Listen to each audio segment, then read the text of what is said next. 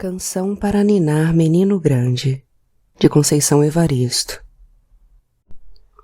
Este livro é oferecido a todas as pessoas que se enveredam pelos caminhos da paixão e que, mesmo se resfolegando em meio a muitas pedras, não se esquecem do gozo que as águas permitem. É uma celebração ao amor e às suas demências. É ainda um júbilo à vida, que me permite embaralhar tudo, vivência e criação, vivência e escrita, escrevivência. Das minúcias ao engrandecimento. Creio mesmo que não devemos desprezar as minúcias de um relato, se quisermos nos aproximar o mais possível da história em sua quase totalidade, principalmente se for um caso de amor. E por que digo quase? Porque, por minhas andanças nos caminhos da escuta e do contar, sinto, depois, que pedaços da matéria-prima, do relato original, vão se perdendo pelos caminhos. Se contar o acontecido já é uma traição com o vivido, pois, muitas vezes, se trata de uma reconstrução mal feita das lembranças, recontar o que ouvimos pode ser uma dupla traição. Por isso, recontar é um trabalho perene, infindo. É preciso voltar sempre no afã de buscar os pedaços da história que ficaram perdidos. E foi o que se deu. De repente me veio à lembrança tudo o que Juventina me contou. Vi vazios no relato. Como me esforço para ser fiel ao que me contam, mesmo sabendo da impossibilidade de cumprir tal propósito, tentei rearrumar os fatos que narrei. Perguntei a Tina sobre os pedaços faltantes. Ela afirmou que o descuido havia sido de minha escuta. Juventina suspeitou de minha atenção, do meu cuidado em apreender todos os momentos da história. Calei-me, e ela me contou as partes que faltavam. Somente hoje trago, para vocês, as porções ausentes no tecido da história contada anteriormente.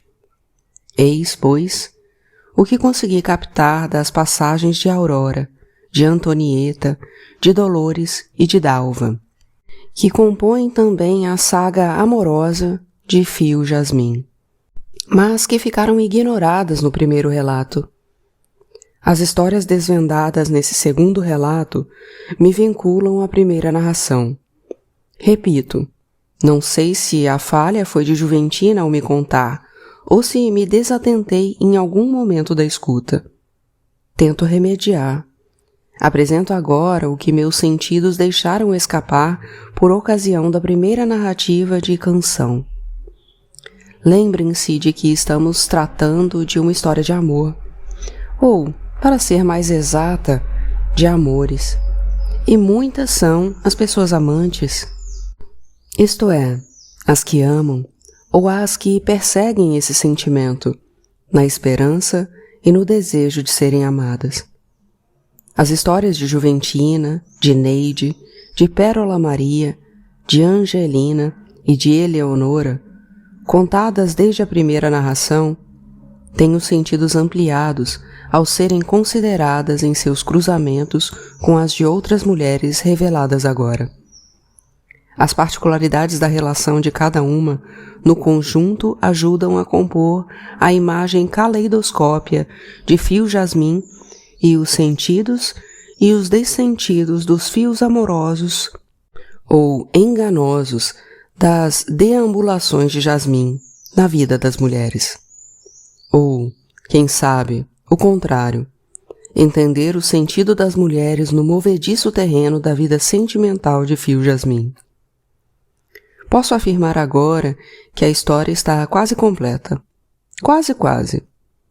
Apurei todos os meus sentidos, embora Juventina tivesse me lançado a dúvida acerca de minha competência em apreender os cantos e os recantos dos fatos com as suas personagens. Juventina me imputa a dúvida e a culpa. Ouvi direito? O que estou relatando é o que ouvi? A dúvida e a culpa me colocam em dívida com o que ouvi e com o que relato. Entretanto, insisto que sempre estive inteira no momento da escuta. Contudo, a escrita me deixa em profundo estado de desesperação, pois a letra não agarra tudo o que o corpo diz. Na escrita, faltam os gestos, os olhares, a boca entreaberta de onde vazam ruídos e não palavras. No registro da letra, também faltam o tremor do choro e o rasgo do riso. A fala suspensa foge da escrita. E mais, a grafia não registra a intensidade de um silêncio intervalar diante de um renovado estado de estupor, vivido na hora das relembranças. Se contar e recontar são atos marcados por sinais de incompletude, pois difícil é traduzir os intensos sentidos da memória. Imaginem escrever. Imaginem perseguir uma escrevivência, agarrar a vida, a existência e escrevê-la em seu estado de acontecimentos. Mas persisto nessa intenção. Só falarei do brilho das estrelas, das árvores frondosas que habitam determinada esquina e debulharei as palavras, da sua raiz até suas derivações, se tudo me vier agarrado à vida. Nem precisa ser só a minha vida, pois me é fundamental a vida das pessoas em meu entorno. Das pessoas, em particular da minha gente, das que estão aqui e agora, das resguardadas tanto pelo passado recente como das que moram nos fundos dos tempos e que predisseram e predizem o tempo do que vai acontecer. Não descanso, não durmo, não fecho os olhos, não me distraio. Vigio tanto que nem sei se oro. Capto, como testemunha ocular ou como ouvinte, a dinâmica de vidas que se confundem com a minha, por algum motivo. Fui uma das mulheres de Fio Jasmim, em alguma circunstância, pode ser. Fio Jasmim também pode encarnar a figura de um pai que me escapou com o afeto. Não, o moço não me é estranho, como as mulheres que estiveram com ele também não. Eis o motivo de minha preocupação em escutar todas. São muitas, plurais e diversas as vozes que me provocaram a escrevivência. Quando Juventina, meio sufocada, sentiu uma forte dor no peito e o mundo rodopiou aos seus pés, ela cambaleou e, quase caindo, chamou por nós. Quem a viu de perto pôde perceber o tom acinzentado que se intrometeu em seu rosto negro por uns instantes e o leve tremor de seus lábios. Repentinamente, porém, ela pareceu ter reconquistado o equilíbrio. Nós, suas amigas, preocupadas com qualquer mal súbito que pudesse atingir Juventina, começamos a emitir ordens, buscando confirmar se o vigor pairava ou não na vida dela. Levante os braços, Juventina, e venha até aqui, em linha reta. Juventina, com os braços para o alto, andou com tal leveza que mais parecia dançar sobre as águas tranquilas de um rio. Juventina, ande de fasto até encostar-se ao muro.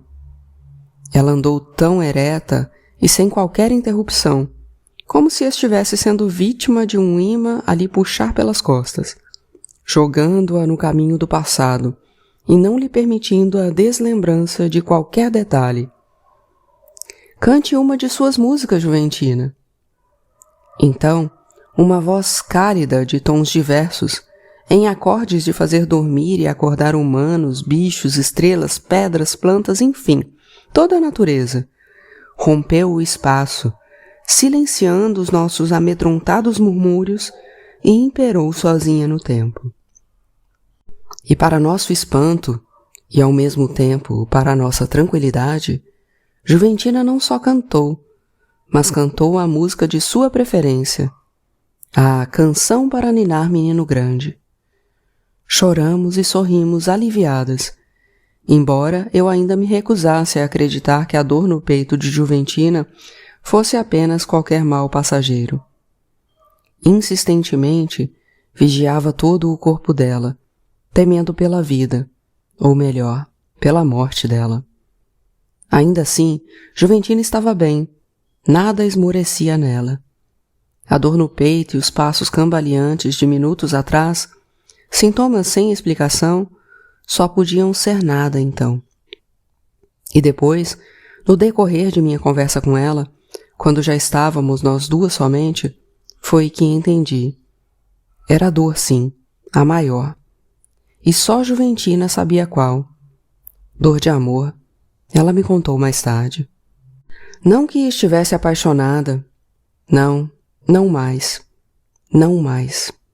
Agora ela só era Juventina. Paixões eram do tempo em que ela era Tina.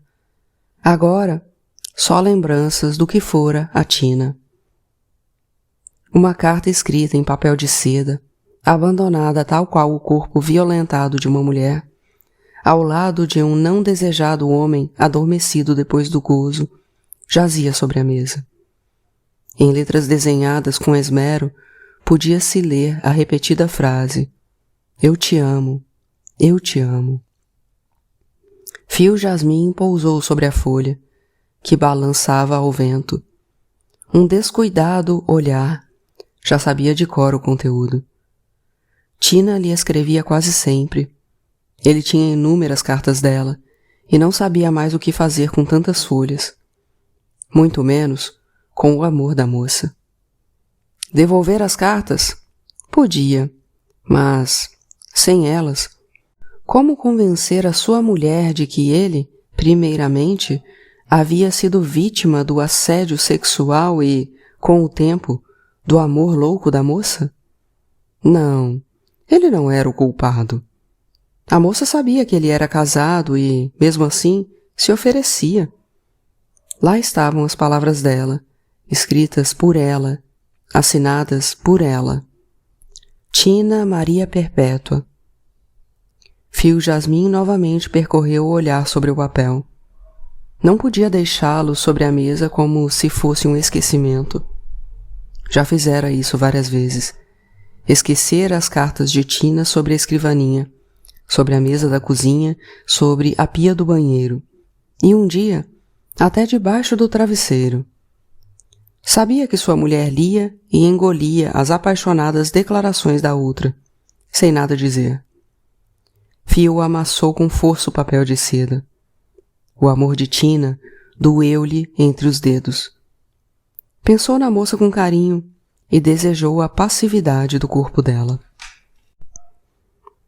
Fio jasmim estava com 44 anos e, desde os 20, elegera Pérola Maria como sua esposa em cerimônia religiosa e civil. Viviam bem, segundo as palavras dele. A fala de Pérola, nem eu, nem Tina alcançamos.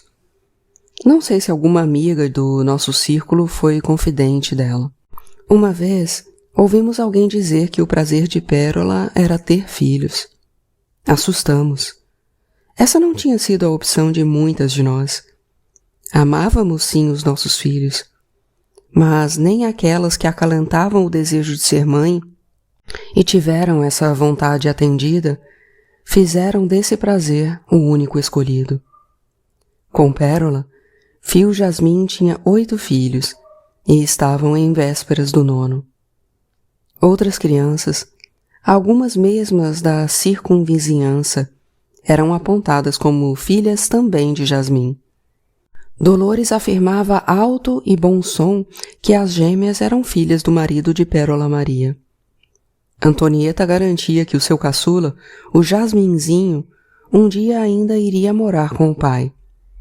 Dalva Ruiva, por sua vez, mãe de 5 filhos, os 3 mais novos com seus cabelos de fogo, como os dela, porém encaracolados e bem crespos, como os daquele que era apontado como o pai das crianças, antes de mudar para o Nordeste, visitou o casal.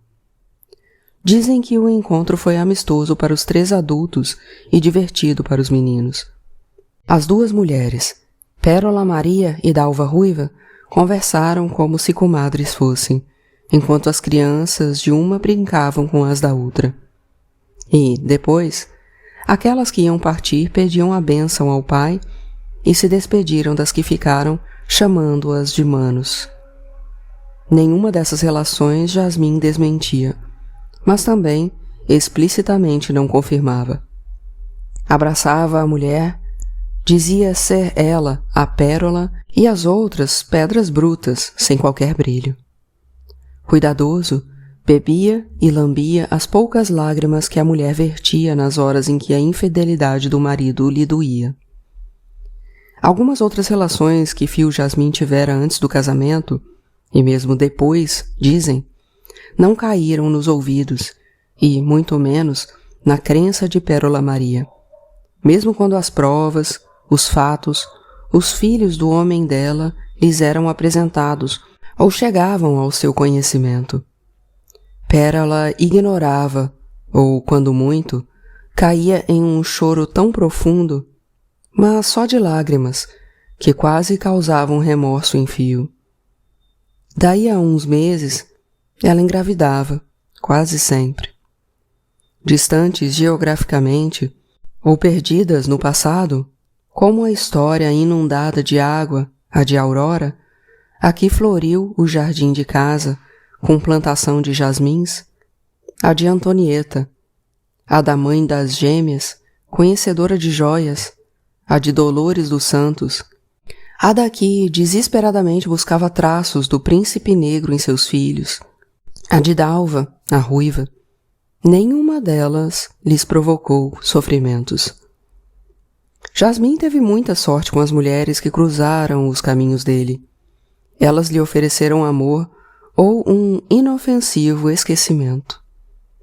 Só a dos Santos, talvez, fosse a única que tenha transformado o amor que sentira por ele em ódio. E durante muito tempo planejou modos de se vingar de Jasmim, atacando Pérola e os filhos dele. Parece que essas relações ficaram como se nunca tivessem existido para ele. Mas quem sabe, talvez, algumas dessas lembranças, desses encontros, estivessem conservadas em algum vão de sua memória. Entretanto, como partículas tão pequenas, como imagens tão diluídas, que ele poderia afirmar a inexistência delas. Mas, para as mulheres, o contrário se dava. Nós, às vezes, nos embrenhamos de tal forma nas recordações do passado que o já acontecido se levanta das vias da memória e se corporifica no presente. Foi o que se deu com Neide Paranhos da Silva. Ela fez da breve presença de Fio Jasmim em sua vida uma sólida e palpável lembrança.